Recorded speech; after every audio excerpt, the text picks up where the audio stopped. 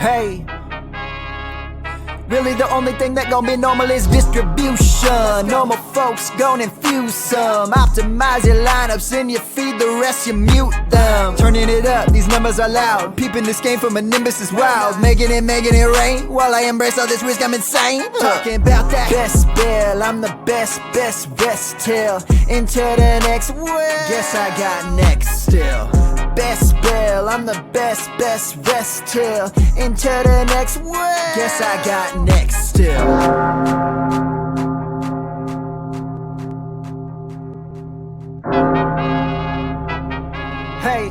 Hey, really the only thing that gon' be normal is distribution. Normal folks gon' infuse some. Optimize your lineups and you feed the rest. And welcome to the Best Bell Fantasy Football Podcast and live stream. I'm Bradley Stalder. You can follow me on Twitter at FFStalder. It's right there. And if you like the content, make sure you hit that red subscribe button.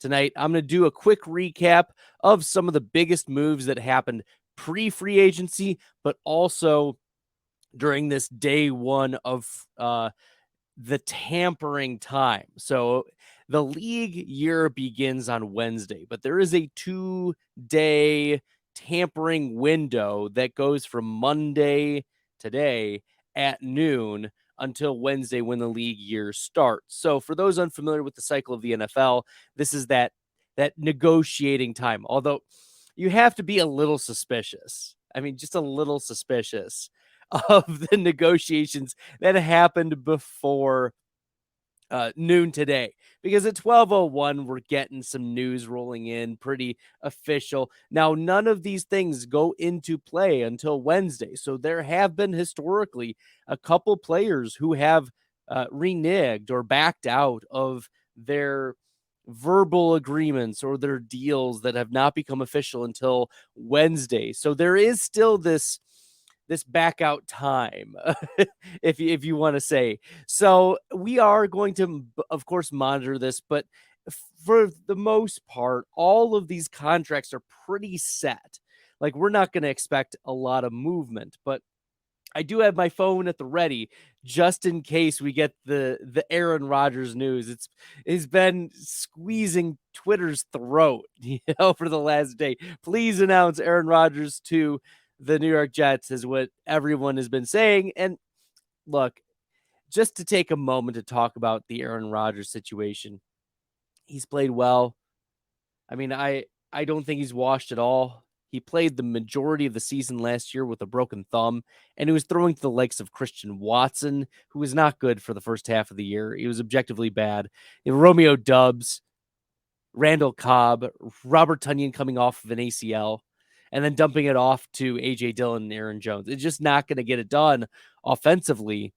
And if he moves to the New York Jets, it's wheels up for Rodgers, who will get back into that top 10 consideration. I think at top 10 consideration, I'm not going to get carried away with top 5, top 3, anything like that if he moves to the New York Jets. I do love the Garrett Wilson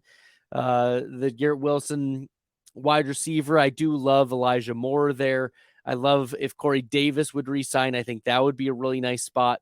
But the reality is Aaron Rodgers would have the weapons he would need to be back in that top 10, top 12 conversation if, in fact, he moves the New York Jets. I think that, of course, it'll bump up Garrett Wilson just a little bit. I think Wilson is getting that mid round 2 draft capital in your best ball leagues right now. So if Aaron Rodgers is traded, I think maybe Wilson gets bumped up to that 1-2 turn, but I can't see him leapfrogging the likes of Stephon Diggs, at least at this point. The A.J. Browns of the world. I don't know if we can get there. The Devontae Adams, the Stephon Diggs. I think Garrett Wilson will firmly plant himself at that 1-2 turn. There might be some people who get aggressive on him. That's fine. I don't hate being aggressive on Garrett Wilson. Could he leapfrog Stephon Diggs eventually? Yeah. But for right now, that's not how I see the market going with regard to Garrett Wilson. I think the biggest jump, if Aaron Rodgers goes to the New York Jets, and this sounds crazy, maybe not. It's going to be Tyler Conklin, the tight end. Aaron Rodgers loves to target his tight ends in the red zone, and Tyler Conklin is going like round 17, 18, 19, 20. And I think he would provide a great value. If you miss out on a lot of the early tight ends, and we'll talk about a couple other tight ends that I think have been bumped up because of this free agency time, that Tyler Conklin is one that needs to be on your radar. And I've talked with James Brimacombe about this. I've talked with Billy Muzio about this. Tyler Conklin is the guy you want in the New York Jets tight end room. Now, there had been some chatter pre-combine about how the Jets might be in on drafting a tight end. If they trade Aaron Rodgers, I don't think that the Jets would be using a top tier draft capital investment on a tight end. They would want to surround Rodgers with more dynamic weapons than even what a first round tight end could offer at this point. So I think Tyler Conklin is a very interesting play here as we're moving forward in picking Jets players who would see significant increases. Of course, we're going to see, Elijah Moore get bumped up a little bit. We're going to see Breece Hall move from that 3-4 turn to maybe like late second round. Sometimes you're seeing him late second round. Sometimes you're seeing him in the third round. I think he's going to be firmly second round pick if Aaron Rodgers gets there. Just the way that Rodgers is able to get the ball in the short spaces, but also we've seen Breece Hall be able to run a few routes down the field, and imagine if it's Aaron Rodgers throwing him the ball and not the Mike Whites or Zach Wilsons of the world. So that's what I'm thinking for the Aaron Rodgers impact. Okay, let's start with the biggest signing of the day, and that is Jimmy Garoppolo. What does Jimmy Garoppolo bring to the table? Well, he's accurate, and he's able to get the balls to his guys close to the line of scrimmage. We saw him succeed in the Kyle Shanahan offense, and I think that that's going to lower the ADOT for Davante Adams, but also it keeps Adams in this goal line touchdown role. So I don't have a lot of issues with Jimmy Garoppolo moving to the Vegas Raiders for a fantasy impact of the pass catchers. I think it's going to work out just fine for Hunter Renfrow. I think it's going to work out just fine for Darren Waller. I have more confidence in Davante Adams than if the Raiders would have just drafted a rookie quarterback, or if the Raiders would have gone out and kept or signed Jarrett Stidham. Stidham ended up, we'll talk about him in a second, but he signed a 2-year deal for $10 million to be the backup in Denver. So he really wasn't in the plans for the Vegas Raiders. But with Jimmy Garoppolo, we know what we're going to get from him. Jimmy Garoppolo's ceiling is as a top 12 quarterback, like in that 10 to 12 range. That's his absolute ceiling. His floor, though, can get kind of scary. We can see him disappear with bad decision-making, with those low ADOT passes. Like drives can just wither away almost immediately if he has an incompletion and then one completion that's for like a yard or two. Now, maybe we see Coach McDaniel, Josh McDaniel, challenge Garoppolo to throw the ball further down the field. That's possible. And Adams can do it. Adams is, spent most of his career with Aaron Rodgers and was about a mid-pack yards per reception type of wide receiver for the majority of his career. It was the touchdowns that buoyed him because Rodgers, can hit his guys in the end zone. But it was last year with Derek Carr where we saw Davante Adams jump up in yards per reception. So I don't have a lot of concerns with Jimmy Garoppolo moving for the other fantasy relevant pieces. I think he stays how he is as a mid-pack quarterback too. I could see him being like between quarterback 18 and quarterback 20 once it's all said and done. And the 3 years, $72 million, I think like 32 or 34 of it is fully guaranteed. So Jimmy Garoppolo, and that's what you're paying for starters, $30-something million right now. We just saw Daniel Jones sign for $40 million. So Jimmy Garoppolo getting $34 guaranteed sets him up to be either a bridge quarterback short term, and the Raiders can draft a quarterback. I think they're at 7. They can draft someone at 7, or the Raiders can invest long term in Jimmy Garoppolo. That's fine. So they have set themselves up for a few different options based on what is successful. So we'll see what happens with the Raiders, but at least they've gone in on Garoppolo. The Texans were also interested in Jimmy Garoppolo, but I think the Raiders just came in and said, we want you to be our guy.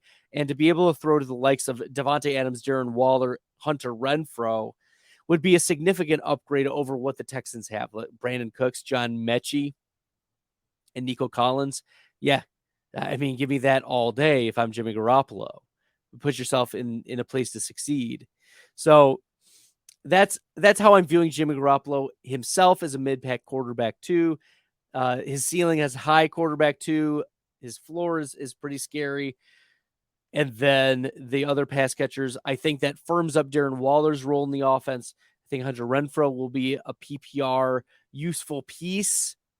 So I think you can be drafting Hunter Renfrow. I'm not sure his exact ADP off the top of my head, but Hunter Renfrow should be a player that you should be considering with super cheap stacks. I mean, you're going to draft Davante Adams either at the end of the first round, maybe beginning of the second round, but you can get Darren Waller. I've seen Darren Waller go round 8, round 9, etc. And so looking at where Hunter Renfrow is, Renfrow is wide receiver 71, ADP 160. So that should be fine. I think that's going to be pretty cheap. And right now, for what it's worth, Jimmy Garoppolo is quarterback 29 in ADP on Underdog Fantasy. So you're going to be able to get the Raiders offense pretty cheap. And maybe you pair the Raiders with the Chiefs offense. See if you can get, I don't know, if Kelsey falls a little bit, you can get Kelsey and Adams at that 1-2 turn.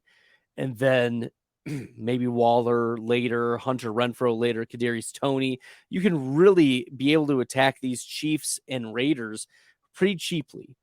Or maybe you go, this is a possibility, you go Adams in round 1, and then Mike Williams and Keenan Allen in rounds 4 and 5. Herbert in round 6, see if he's there. So there's a possibility to be able to double stack and make the Raiders a cheap stack that you can pair with maybe a higher flying offense in your best ball tournaments. We just got news tonight that Jameis Winston is returning to the New Orleans Saints. What does this mean? He's going to be a backup. He's going to back up Derek Carr, and Taysom Hill is going to be relegated to third string quarterback / mobile tight end, wildcat formation type of tight end. This is that there really wasn't a market for Jameis Winston to have a chance to compete for a starting role. Like maybe he would have, gone to Tampa, but that bridge may have been burned for that organization. I mean, 30 for 30 with Tampa Bay really wouldn't work out too well in reprising his role. But a 1-year, $8 million deal keeps him in the same system. He's staying behind Carr. I mean, that's it. Winston really didn't play much last year after his injury. So I'm surprised actually that he returns, given his frustration that he expressed when Andy Dalton was named the starter, despite the fact that Winston was healthy. Another quarterback deal going down. Quarterback Sam Darnold, who played for the Panthers last year, signed a 1-year deal with the San Francisco 49ers. He provides stability in a quarterback room that has some questions. We aren't sure how Brock Purdy is going to be ready for the start of the season. Maybe he's ready. Maybe his elbow is healed. Maybe it's not. We are too far out at this point to be able to tell whether Brock Purdy is going to be ready. Now, he's projected to be ready. Brock Purdy is projected to be ready, but there's a lot of green grass between now and the start of the season. So maybe Sam Darnold would be the starter if there's a lost confidence in Trey Lance. And I don't know if y'all have seen the meme, the Seinfeld meme, where Coach GM John Lynch is like scratching his head and he's not sure. Oh yeah, Trey Lance is our guy, and there's the Seinfeld meme where he's like, oh, the higher you go in the head, the less confident you are in the decision. And I think that that's an underlying feeling around the people that I'm talking with out of San Francisco, is there's not a lot of confidence in Trey Lance and his development at this point. So bringing in a veteran, Sam Darnold, who had a couple nice games at the end of last year for Carolina, he had some duds. He definitely didn't play well when he was with the Jets, but maybe a fresh start under a Kyle Shanahan offense may be what Sam Darnold needs. So if there's a buy low candidate in the super flex markets, I mean, Sam Darnold, you can probably get him uber cheap. I'm thinking of what, like a late round, third round pick. That's what I'm thinking in the dynasty streets. If you're trying to acquire Sam Darnold, consider him there. A 1-year deal, nothing crazy. At least a valuable depth signing. Quarterback Case Keenum signed with the Houston Texans to be their backup. A 2-year, just over $6 million deal to back up whoever's going to be drafted at number 2. And maybe it's Bryce Young. Maybe it's CJ Stroud. Maybe it's Anthony Richardson. I doubt it's going to be Will Levis, but maybe it's Will Levis. Case Keenum, though, had been a valuable starter for a few years. And now moving into that backup veteran role. He had been the backup for Cleveland for a few years. Last year, he played with Buffalo, and now moving to the Houston Texans. So not really much to move on the fantasy needle here. Just if you're looking for someone who's going to be a solid backup in Superflex, like see if he's on your waivers, and might as well just throw a dollar fab bid or a zero fab bid on Case Keenum if you need Superflex quarterback depth, but nothing more than that. Like I wouldn't view Case Keenum as someone who would compete for a starting role. That's not what he's being signed for. Quarterback Mike White signed a 2-year deal with the Miami Dolphins for up to $16 million. There's a lot of incentives laid into Mike White's deal. But based on what we saw from Tua last year, that pocket awareness is something that Tua is going to need to improve upon so that he can stay on the field. 2 separate concussions costing him significant games. The Miami Dolphins lean into a division rival in Mike White, who had some pretty nice spike games and is willing to throw the ball down the field. And willing to throw the ball down the field, plus Tyreek Hill, plus Jalen Waddle, gives you once again, an interesting super flex deep league consideration.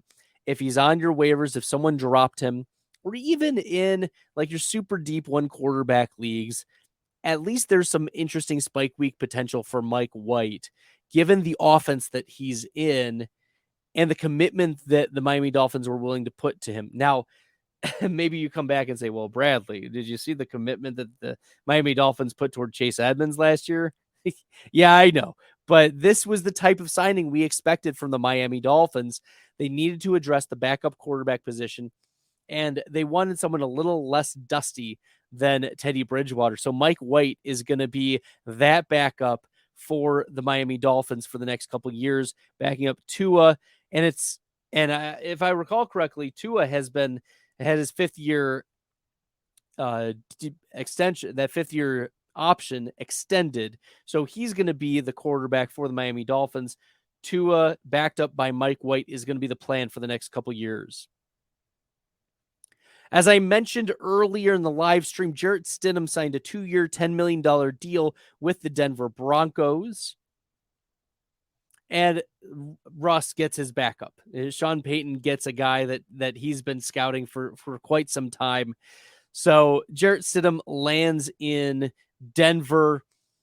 I mean, there's not really going to be a backup scenario where Jarrett Stidham is competing with Russell Wilson. So, and no, I don't think that's going to be a Derek Carr repeat either.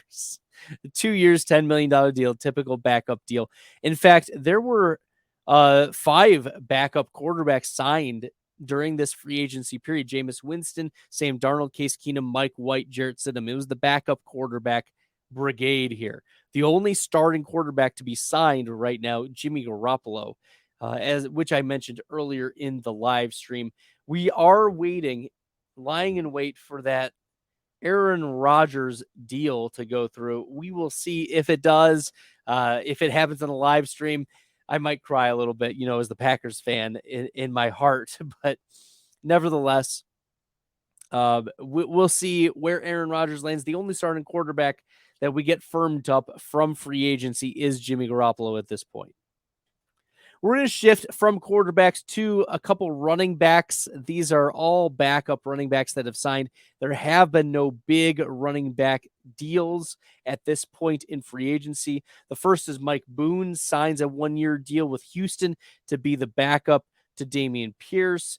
I mean, Mike, the Booner himself, would be an interesting, deep league. Like if you're in a 16 or 32 team league, like fine, you're desperate for a running back, like a heartbeat even, fine, Mike Boone might be able to carve. I mean, Dare Gumbawale got usage from Houston near the end of the season. Rex Burkhead got some usage near at the end of the season. And my concern with Dameon Pierce is that he's being overvalued and maybe he'll be replaced, but we'll see what happens with Mike Boone moving forward. At least a speculative ad, but nothing more than that. There's really not strong fantasy value in Mike Boone, nor in Matt Breida, but at least he goes back to the New York Giants in the same system. If there's a handcuff to Saquon Barkley, maybe Matt Breida splits carries with someone else. Maybe it's Gary Brightwell. Maybe the Giants bring in another running back. Maybe the Giants draft a running back. We'll see how they address the backup running back position, but I wouldn't be comfortable with Matt Breida just as my number 2 running back. We'll see. We will see what happens. But Matt Breida returns to the New York Giants, and Craig Reynolds gets some run with the Detroit Lions yet again. The Lions were pretty active on the defensive side of the ball, signing Alex Anzalone and Cam Sutton on their defense, but Craig Reynolds, the only offensive player of note for the Detroit Lions. Justin Jackson is expected to walk, and Jackson at the end of the year was getting anywhere between 10 and 25% of snaps. So maybe Craig Reynolds can get a little bit more work. Preseason hero Craig Reynolds working behind DeAndre Swift, and we'll see if Jamal Williams resigns, because maybe Craig Reynolds can be the goal line back, which we saw was very valuable. So if you're taking some shots in best ball, maybe a last round rotating consideration would be Craig Reynolds on a team that may be needing that role to be filled. There's a lot of interest in Jamal Williams reportedly from the Bills, from the Jets, from a few other places. The Detroit Lions, of course, are interested in bringing Jamal Williams back, but Craig Reynolds on a super cheap deal that could be that battering ram instead of just merely leaning on DeAndre Swift. I like Craig Reynolds as a last round consideration if you're just taking a dart throw at a running back at this point. So there's at least some upside that we could see if Jamal Williams signs elsewhere in 2023. Now, for wide receivers, there's only one wide receiver that's signed at this point, and it's a re-signing of Sterling Shepard. Sterling Shepard, this happened on Sunday, so before the tampering period opened, that's why he was able to return to the Giants. 1 year, like $1.2 million deal. He tore his ACL week 3, but through 3 weeks had a 29% target share. He had 2 games of 10 targets each. And I think that Sterling Shepard returning, this is actually a good deal for Shep and a bad deal for Wan'Dale Robinson, because if you remember, Wan'Dale Robinson tore his ACL week 10 or 11, 12, something like that. In the double-digit weeks, they played the same positions. Shepard is primarily a slot receiver, and Wan'Dale Robinson, I mean, he couldn't play outside. He's just too tiny. And so I think that this is Sterling Shepard is a very late last round once again, but can offer some value if he's ready to go week 1 and Wan'Dale Robinson is not. I mean, Isaiah Hodgins is the only other legit wide receiver on this team. Like Kenny Golladay was cut. So Sterling Shepard as a last round consideration almost always commands 23 to 25% of the targets when he's out there. The problem has been his health. Somehow, Sterling Shepard worked his way back from an Achilles injury mid-season 2021, and then he just goes and tears his ACL in 2022. The 30-year-old wide receiver is a good value, but it's worth mentioning that he's the only wide receiver to be signed over the last 2 days. There are some other wide receivers out there. There's Juju, there's Jacoby Myers, a DJ Chark, to just name a few, but none of them have signed so far. So we are waiting to see how this wide receiver market starts to fall, how the dominoes will fall moving forward. No news so far. We are waiting and waiting. This is just day 1 of free agency, and so far, not many wide receivers have fallen. Now we'll shift to tight ends, the last group that I'll review today. Jonnu Smith. This kicked off the excitement for day 1 of NFL free agency, and it wasn't even a free agent signing. It was Jonnu Smith getting traded from the New England Patriots in the midst of a 4-year, $50 million deal. Jonnu Smith traded to the Atlanta Falcons for a 7th round pick. And this reunites him, with Arthur Smith, who is previously in Tennessee. I put a poll up on my Twitter at FFStalder, and I said, what will be higher in 2023? Kyle Pitts receptions per game or Jonnu Smith total rushes?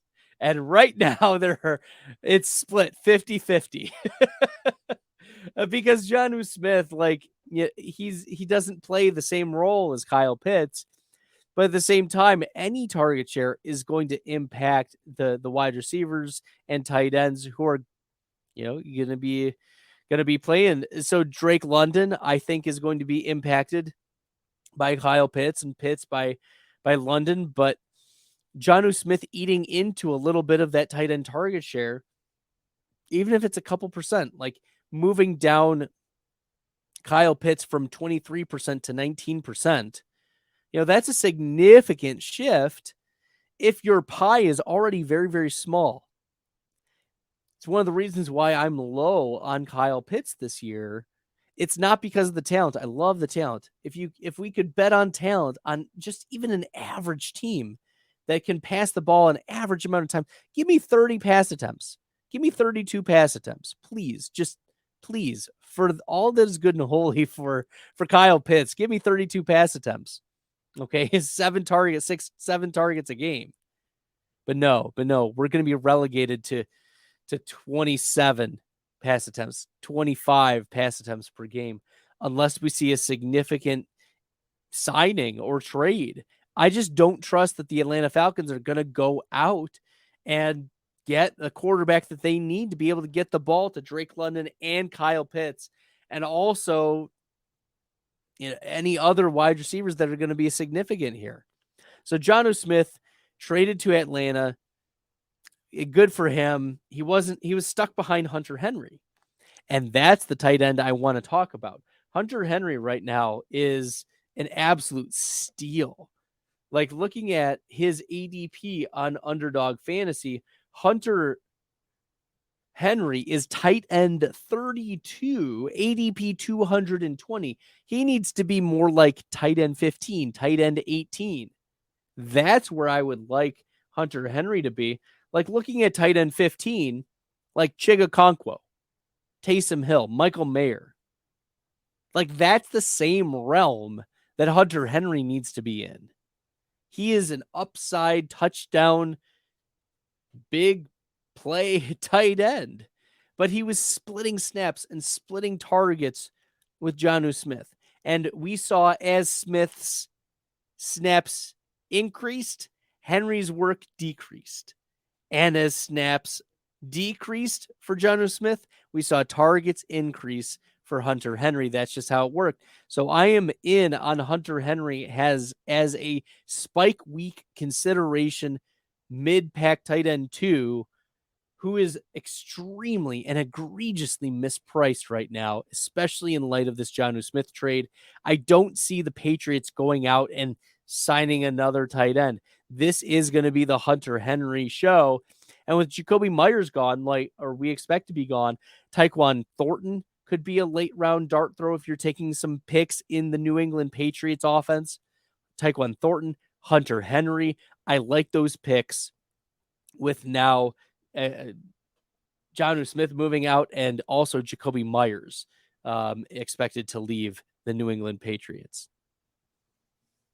Okay, couple more.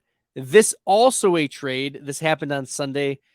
Jalen Ramsey was dealt to the Miami Dolphins, but Hunter Long, a third-round tight end, drafted by the Miami Dolphins, who didn't get much work. He was out of Boston College, but his player profiler comp, Jason Witten, you have to like that.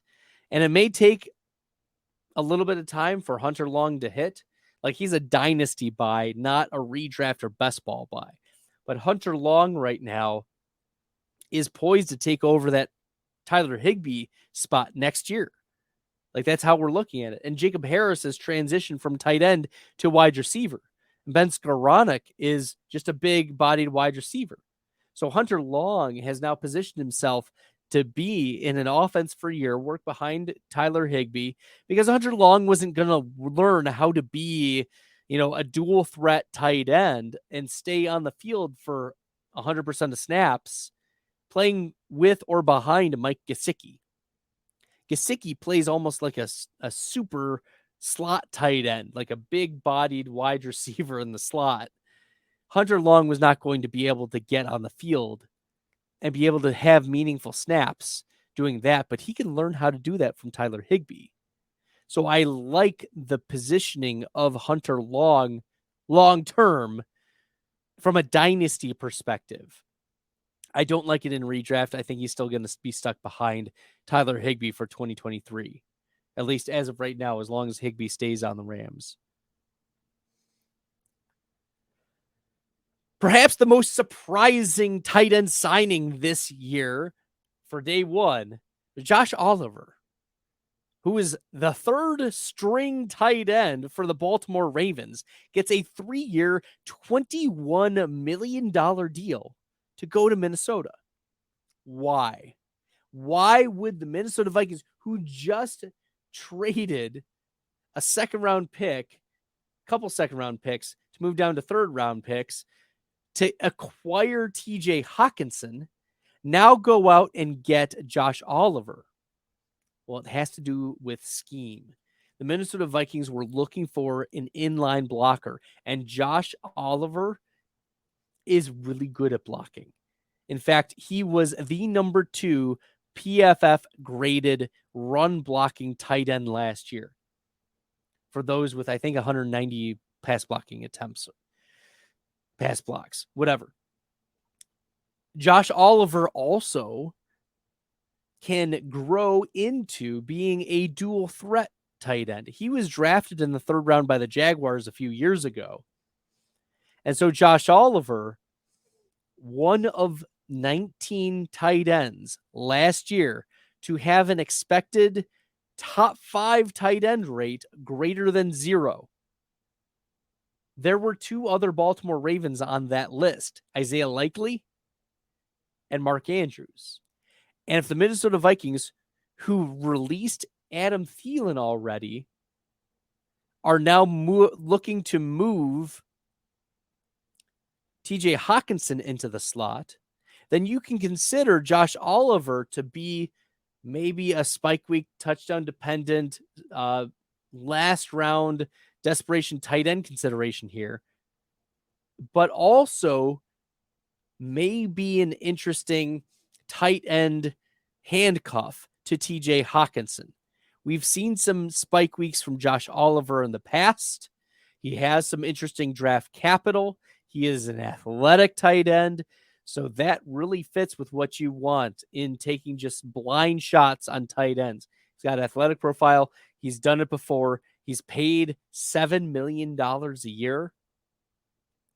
And this also means that Irv Smith's time in Minnesota is probably over. I wouldn't be surprised if the Minnesota Vikings look to trade Irv Smith or cut him, probably trade him to a team that needs a tight end, the Panthers, the Cincinnati Bengals. So we'll see what happens with Irv Smith, but this probably means that Irv Smith is not going to stay very long on the Minnesota Vikings.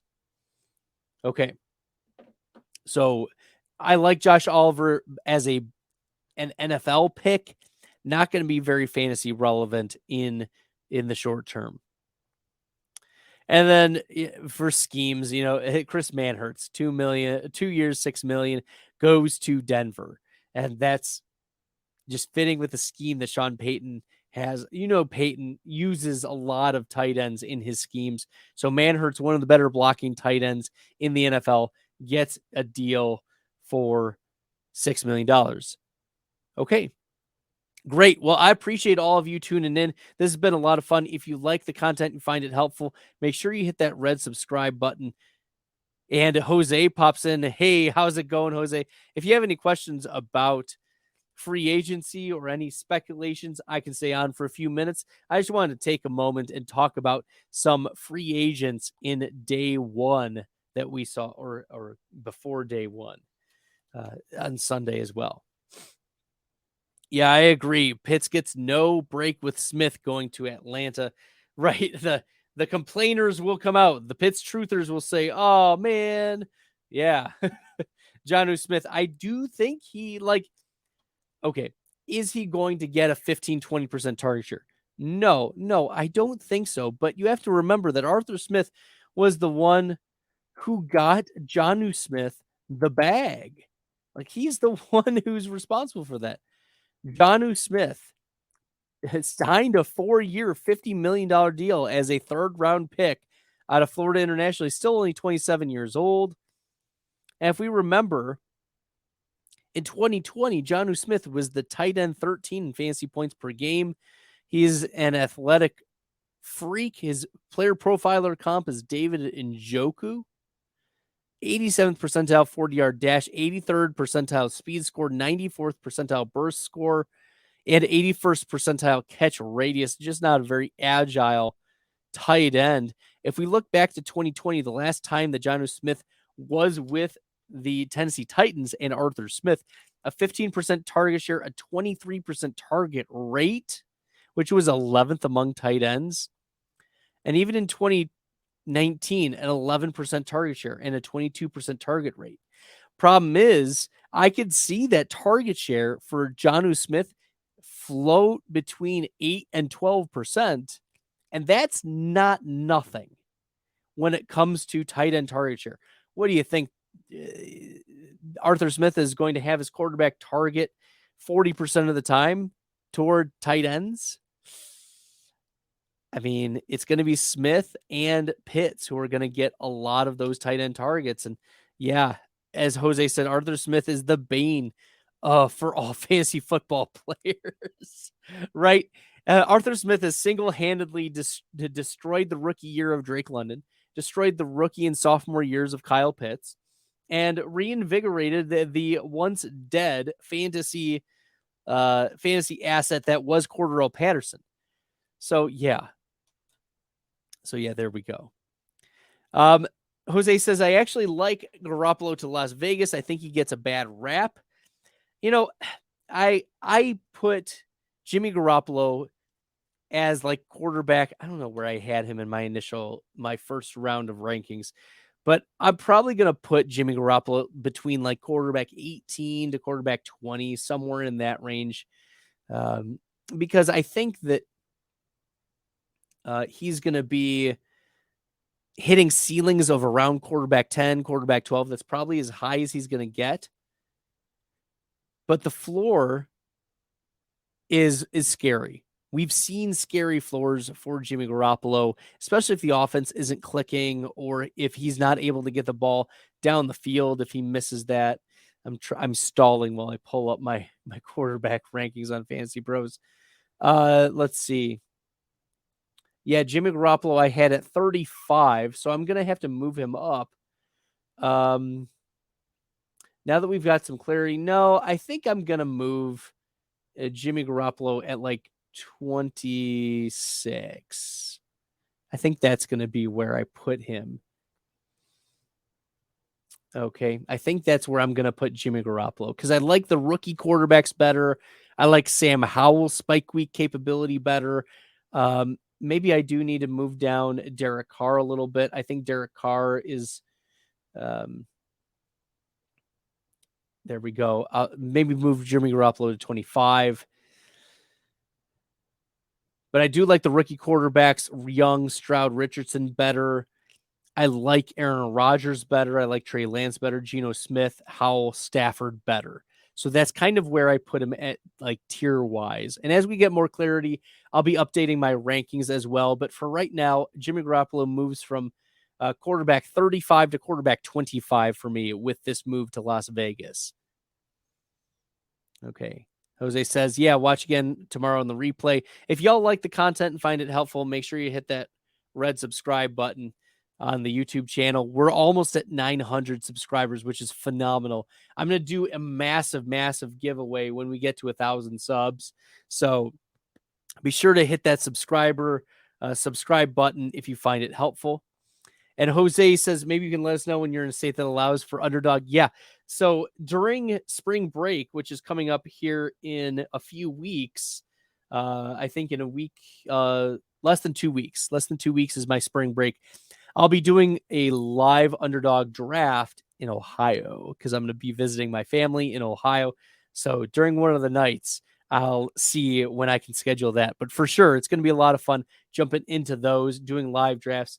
I'm going to see if I can do a drafters live draft later on this week, especially after we see this first wave of free agency happening, see where some of the things happen. I didn't even get to talk about the DJ Moore landing spot. I did put out a Twitter thread when the trade went through. I'm gonna see if I can find it and just recap for y'all so I can speak about it. But I let's start with Justin Fields, because Justin Fields right now is being drafted as the tight end or the quarterback 5. Justin Fields is being drafted as the quarterback 5. And there we go.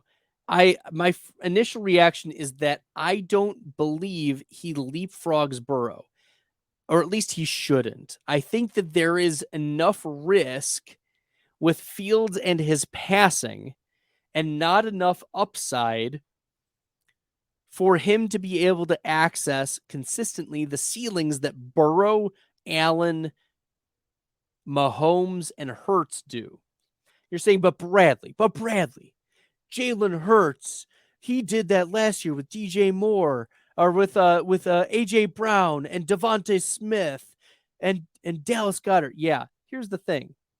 Cole Kmet is not Dallas Goedert. Sorry. Cole Kmet is not Dallas Goedert. Darnell Mooney is not Devonta Smith. Maybe you can make the argument that DJ Moore is about or comparable to AJ Brown. I'm not going to argue that comp. But to say that Darnell Mooney is going to be the Devonta Smith, the Heisman Trophy winning wide receiver, first round pick wide receiver, that's foolishness. Foolishness, I say. Dallas Goedert is tiers above Cole Kmet. Let's not get carried away. Jalen Hurts was a good enough passer with elite weapons. Right now, Justin Fields has not proven to be a good passer in the NFL. And finally, he gets DJ Moore. So I said that DJ Moore at least on Underdog, he was wide receiver 24. I think he should stay there. He should not be bumped up. This is not much of a downgrade either. I do think that the market bumps him up, but there are some sharps out there who are moving him down. I'm just not going to react. Fine. If DJ Moore is there at wide receiver 24, I'm comfortable with it. But he's really lacked spike weeks. He's struggled to be consistent as a wide receiver. And maybe you're saying, well, Bradley, he's had inconsistent quarterback play.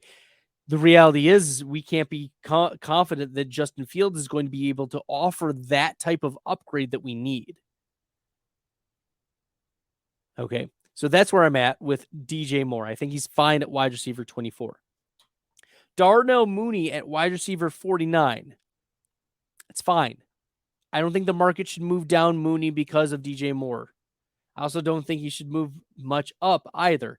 And some people came at me in the Twitter mentions and said, but Bradley, he had put up really good efficiency numbers. I mean, sure. Yeah, he's commanding a lot of targets. Problem is, you've got a 28 to 30% target share monster that is now inserted into this offense. We saw this last year when Davante Adams was traded to the Las Vegas Raiders. Him and his 30% target share landed in Vegas and did affect Darren Waller and did affect Hunter Renfrow. So yes, I think that Darnell Mooney is fine at wide receiver 49. He's being picked outside the top 4. He's a wide receiver 5 for you. I don't hate it. If there is some efficiency there and he has some decent floor games, okay. I don't hate it. But there are higher spike week guys that are going around that spot. Right? There are higher spike week guys that higher than, like, let's talk about Darnell Mooney, who's going around Mooney at wide receiver 49. I just updated it and still wide receiver 49. Like, Jacoby Myers is going wide receiver 46. Who do you want? Jacoby Myers or Darnell Mooney? Give me Myers. Who do you want? Michael Thomas at wide receiver 54? Or Darnell Mooney at wide receiver 49? Give me Michael Thomas. Thomas can access top 5 weeks. I'm not confident that Darnell Mooney can access even one top 5 week. Give me the Rashad Bateman at wide receiver 44. Give me Zay Flowers. Give me Jalen Hyatt at wide receiver 53. Give me Juju Smith-Schuster if he re-signs with Kansas City. Absolutely, you need to be having Juju Smith-Schuster over Darnell Mooney. That is a misprice, significant misprice. If Juju moves back to Kansas City. If Juju moves back to Kansas City, he should be in that, like, the George Pickens range, frankly. Because not only is, yes, Juju had a scary floor, but we saw ceiling weeks from Juju Smith-Schuster paired with Patrick Mahomes. That's the thing, is you're attaching yourself pretty cheaply to a top, arguably the best quarterback in the NFL. You know, some like to argue Josh Allen, some like to argue Hurts. Aaron Rodgers is still very, very accurate. But Patrick Mahomes throwing you the ball and your Juju Smith-Schuster, he's not nothing. Yeah, he had some down weeks, but most of those happened after the concussion that he suffered. He was really, really picking it up before that concussion. And we saw a couple spike weeks even after that as well. So you do want to attach yourself to better offenses, which is why you pick Juju Smith-Schuster 10 times out of 10 over Darnell Mooney in that spot. They are back-to-back, wide receiver 49, wide receiver 50. You need to be picking Juju Smith-Schuster, especially if he re-signs with Kansas City. Okay. So talking about the rest of it. Chase Claypool at wide receiver 70. I think that's a value. Chase Claypool has some athletic upside.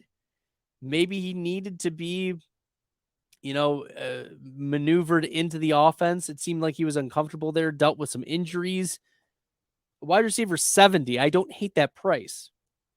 I also just don't think that Chase Claypool is going to repeat as a top 25, top 30 wide receiver that he was his rookie year with the Steelers. Like, he would need to return pretty significant. Like, there were people who were in my mentions last week saying that the Bears were smart to have traded the 201 to get Chase Claypool. It was worth it, blah, blah, blah. No, it wasn't. Like, Ryan Pace made a great trade to acquire all of those picks in exchange for the first overall pick. But no, like, the Chase, that doesn't forgive Chase Claypool. It just means that, like, he could get away with it. Doesn't just because he gets away with it doesn't mean he's forgiven. Okay. But wide receiver 70 is a good value for an upside wide receiver. And at least we've seen spike weeks from him. Hopefully he can stay healthy and get into a role pretty consistently with the Chicago Bears. Another takeaway, Cole Kmet at tight end 13 is riskier. And let's see if there's been any movement since that time. Cole Kmet right now is still tight end 13. I think that's risky. I think that the presence of DJ Moore lowers Kmet's ceiling. I think Kmet will still be probably third in line for targets behind Mooney and DJ Moore. But give me like Chig Okonkwo over Cole Kmet at this point. Give me Hunter Henry over Cole Kmet. Ooh, there's a spicy take for you. And then with regard to Terrace Marshall, he's wide receiver 88, or at least he was right at the time of the DJ Moore trade. So Terrace Marshall is wide receiver 83. So we've seen 5 spots of growth from Terrace Marshall at this point. I don't hate that price still. I mean, even if he becomes the wide receiver 2 in Carolina, fine. At wide receiver 83, you don't hate like even getting 2 flex games from Terrace Marshall. And then if there's one wide receiver that I'm taking last round dart throws on, it's Laviska Shenault. Okay. Shenault right now has jumped from wide receiver 138 to wide receiver 100 since the DJ Moore trade. So 38 spots. I don't hate it. Last round consideration with spike weeks and athletic profiles. I love the Laviska Shenault last round pick as a part of your last rotation. Okay.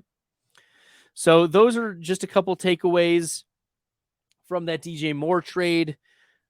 All in all, I still think the Panthers are a poverty franchise after that trade. Like, I get it that you're probably not going to be able to get,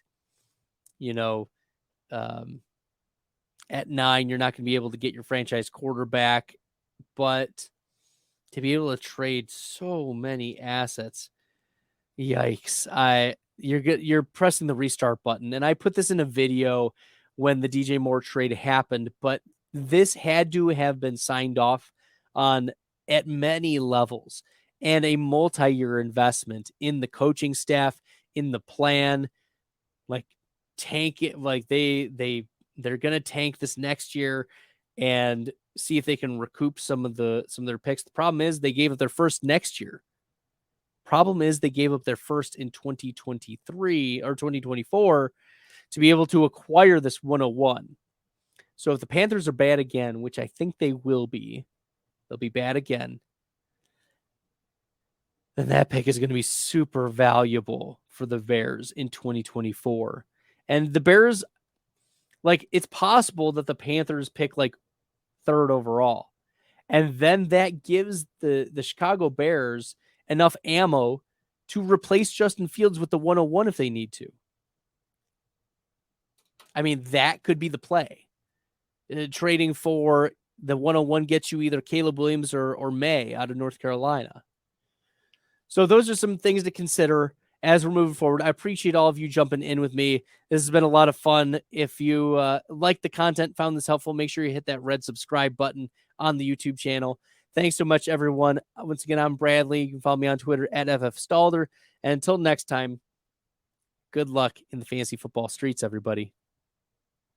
I embrace all this risk, I'm insane. Talking about that best bill, I'm the best rest till into the next world. Guess I got next still. Best bill, I'm the best rest till into the next world. Guess I got next still.